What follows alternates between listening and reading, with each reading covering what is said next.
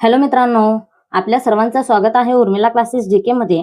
आजच्या व्हिडिओमध्ये आपण महात्मा ज्योतिराव फुले यांचा सामाजिक क्रांतीचा संपूर्ण प्रवास पाहणार आहोत।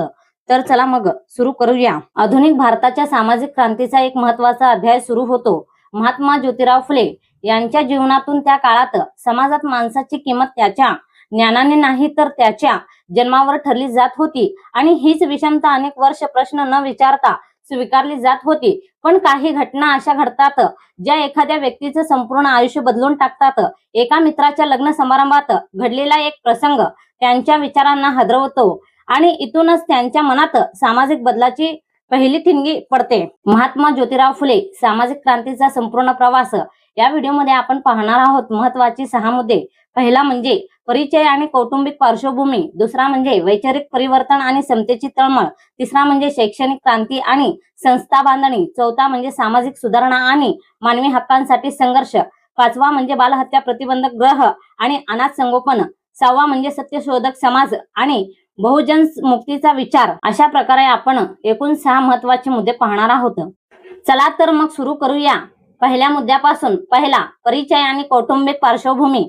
आधुनिक महाराष्ट्रातील सामाजिक क्रांतीचा पाया रचणारे महात्मा ज्योतिराव फुले यांचा जन्म 11 एप्रिल 1827 रोजी सातारा जिल्ह्यातील कडगुण या गावात झाला। त्यांचे कुटुंब साधे आणि परिश्रमी होते। त्यांचे आजोबा चिटेवा घोरे कडगुणहून पुण्यात स्थायिक झाले आणि फुलांचा व्यवसाय तसेच बागायतीमध्ये त्यांनी चांगली प्रगती केली। याच व्यवसायामुळे पुढे घोरे हे आडनाव मागे पडून फुले हे नाव प्रचलित झाले। ज्योतिरावांचे वडील गोविंदराव आणि आई चिमणाबाई हे अत्यंत सात्विक आणि साध्या स्वभावाचे होते। घरात मूल्य होती पण आर्थिक परिस्थिती साधीच होती। लहानपणीच त्यांचे प्राथमिक शिक्षण काही कारणामुळे खंडित झाले, पण त्यांच्या बुद्धिमत्तेला लवकरच ओळख मिळाली। गफार बेगम मुन्शी आणि लिजिट साहेब यांनी त्यांच्या वडिलांना समजावून त्यांना शिक्षण देण्याचा आग्रह केला। त्यांच्या पुढाकारामुळे 1841 मध्ये ज्योतिरावांनी स्कॉटिश मिशन शाळेत प्रवेश घेतला आणि इथूनच त्यांच्या ज्ञानाच्या विचारांच्या प्रवासाची खरी सुरुवात झाली, जिथून पुढे ते समाज बदलणाऱ्या विचारवंतांमध्ये रूपांतरित झाले। चला तर मग आपण दुसऱ्या पॉइंटकडे वळूया। वैचारिक परिवर्तन आणि समतेची तळमळ। कोणत्या प्रसंगामुळे महात्मा ज्योतिराव फुले यांच्या विचारांमध्ये तळमळ निर्माण झाली, परिवर्तन झाली आणि तो कोणता प्रसंग आहे ते पाहूया। 1848 हे वर्ष महात्मा ज्योतिराव फुले यांच्या जीवनात एक निर्णायक वळण घेऊन येतं। एका उच्चवर्णीय मित्राच्या लग्न मिरवणुकीत त्यांना शूद्र म्हणून अपमानाचा सामना करावा लागतो। समाजाच्या त्या भेदभावाने त्यांना बाहेर ठेवले जाते आणि त्या क्षणी त्यांचं मन केवळ दुखवत नाही तर विचाराने हादरतं। माणसात एवढा भेदभाव का, हा प्रश्न त्यांच्या आत खोलवर रुजतो। याच काळात ते एका वेगळ्या दिशेने विचार करू लागतात। थॉमस पेन यांच्या राईट्स ऑफ मॅन या ग्रंथाचा ते सखोल अभ्यास करतात, ज्यातून त्यांना मानवी हक्क, न्याय आणि समतेची नवी जाणीव मिळते आणि इथूनच त्यांच्या विचारांना एक स्पष्ट दिशा मिळते। अज्ञान हे सर्व अनर्थाचे मूळ आहे ही जाणीव त्यांना शिक्षणाकडे घेऊन जाते। हा अपमान त्यांच्यासाठी शेवट नसतो, तो त्यांच्या जीवनातील त्या क्षणाचा जन्म असतो जिथून एका सामाजिक क्रांतीची सुरुवात ठरते। तिसरा म्हणजे शैक्षणिक क्रांती आणि संस्था बांधणी। समाज बदलायचा असेल तर आधी शिक्षण बदललं पाहिजे ही जाणीव महात्मा ज्योतिराव फुले यांच्या विचारात ठाम होत जाते आणि या विचारातूनच 1 ऑगस्ट 1848 रोजी पुण्यातील भिडेवाड्यात भारतातील पहिली मुलींची शाळा सुरू होते। ही फक्त शाळा नव्हती तर त्या काळातील प्रस्थापित व्यवस्थेला दिलेला थेट प्रश्न होता, मुलींना शिकण्याचा अधिकार नाही का? या प्रवासात त्यांना साथ मिळते सावित्रीबाई फुले यांची, ज्यांनी विरोध, अपमान आणि शेण दगडांचा सामना करूनही शिक्षणाची ज्योत विझू दिली नाही। तसेच फातिमा शेख यांनीही या चळवळीत महत्त्वाची भूमिका बजावली आणि शिक्षणाचा मार्ग अधिक मजबूत केला। ही चळवळ फक्त शाळेपुरते मर्यादित राहत नाही। पुढे हंटर कमिशन 1882 समोर त्यांनी स्पष्ट मागणी मांडली की प्राथमिक शिक्षण मोफत आणि सक्तीचे असावे आणि याच विचारातून ते नगरपालिकेतही कार्यरत राहतात, जिथे 1876 ते 1883 दरम्यान त्यांनी सामान्य लोकांचे प्रश्न थेट प्रशासनापर्यंत पोहोचवले। चौथा म्हणजे सामाजिक सुधारणा आणि मानवी हक्कांसाठी संघर्ष।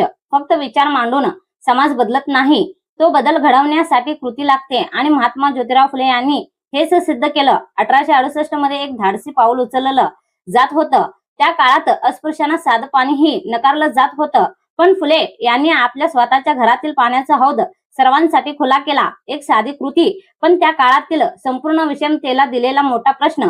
यानंतर ते फक्त बोलत नाहीत, तर समाजाच्या कुप्रथांवर थेट प्रहार करतात.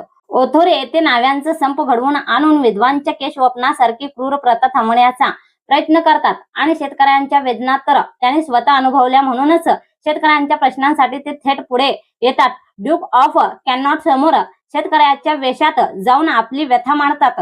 हा संघर्ष फक्त विरोधकांचा नव्हता, तो मानवी हक्क, सन्मान आणि समतेसाठीचा ठाम लढा होता. पाचवा मुद्दा म्हणजे बालहत्या प्रतिबंधक ग्रह आणि अनाथ संगोपन. समाजातील अन्याय फक्त मोठ्या प्रश्नांमध्ये नव्हता, तो सर्वात जास्त वेदनादायक होता त्या स्त्रियांच्या आयुष्यात ज्या कोणताही आधार नसताना एकट्या उभ्या होत्या. आणि महात्मा ज्योतिराव फुले यांनी त्या वेदनेला थेट हात घातला. 1863 मध्ये पुण्यात त्यांनी बालहत्या प्रतिबंधक ग्रह सुरू केलं, जिथे विधवा स्त्रियांना आणि त्यांच्या नवजात मुलांना समाजाच्या भीतीपासून, अन्यायापासून आणि हिंसेपासून संरक्षण मिळू शकेल. त्या काळात प्रश्न हा होता की अशा स्त्रियांना कुठे जागा मिळणार, आणि उत्तर म्हणून त्यांनी स्वतः पुढाकार घेतला. याच विचारातून त्यांनी काशीबाई नावाच्या ब्राह्मण विधवेच्या मुलाला दत्तक घेतलं. त्याचं नाव यशवंत ठेवलं आणि फक्त आधारच नाही तर शिक्षणाची दिशा देऊन त्याला डॉक्टर बनवलं. ही फक्त दत्तक घेण्याची गोष्ट नव्हती, ही समाजाला दिलेली जाणीव होती की माणूस जातीत नाही तर माणुसकीत मोठा असतो. सर्वात शेवटचा आणि 6वा मुद्दा, सत्यशोधक समाज, बहुजन मुक्तीचा विचार. समाजातील सर्वात खोल रुजलेली साखळी म्हणजे अंधश्रद्धा आणि पुरोहितांची मध्यस्थी, आणि हीच साखळी तोडण्याचा निर्णायक प्रयत्न महात्मा ज्योतिराव फुले यांनी केला. 24 सप्टेंबर 1873 रोजी सत्यशोधक समाज स्थापन केला जातो. उद्देश स्पष्ट होता, माणसाला देवापर्यंत पोहोचवण्यासाठी कोणत्याही मध्यस्थाची गरज नाही. सर्व साक्षी जगतपती, त्याला नकोच मध्यस्थी. हा विचार केवळ घोषणा नव्हती तर एक सामाजिक क्रांती होती. इथेच पहिला सत्यशोधक विवाह घडतो. सीताराम अलहट आणि सारूबाई यांचा, जिथे पुरोहित शिवाय कोणताही धार्मिक अडथळ्याशिवाय विवाह पार पडतो. आणि सर्वात मोठा बदल म्हणजे संस्कृत ऐवजी मराठीत मंगलाष्टके वापरली जातात, जेणेकरून धर्म सर्वांसाठी समजण्यासारखा आणि जवळचा होईल. हा फक्त एक समाज नाही, ही त्या विचारांची सुरुवात होती ज्यांनी माणसाला समानतेचा अधिकार थेट स्वतःच्या हातात दिला. महात्मा ज्योतिराव फुले यांचा प्रवास फक्त एका व्यक्तीचा इतिहास नाही, तो त्या विचारांचा प्रवास आहे ज्यांनी सांगितलं की माणसाची किंमत त्याच्या जन्मावर नाही तर त्याच्या विचारावर ठरते. अपमान, संघर्ष, शिक्षण, समाज सुधारणा आणि सत्यशोधक समाज, या सगळ्यातून त्यांनी एकच संदेश दिला, जर विचार खरे असतील तर ते संपूर्ण समाज बदलू शकतात. आणि कदाचित आज आपण जे पाहतोय ते त्यांच्या त्याच एका प्रश्नामुळे बदललं गेलं असेल, माणूस समान आहे का? नाही. जर तुम्हाला असा इतिहास, असा संघर्ष आणि अशीच प्रेरणादायी कहाणी आवडत असेल तर हा व्हिडिओ नक्की शेअर करा, कारण काही कथा फक्त ऐकण्यासाठी नसतात, त्या पुढे पोहोचवण्यासाठी असतात. धन्यवाद.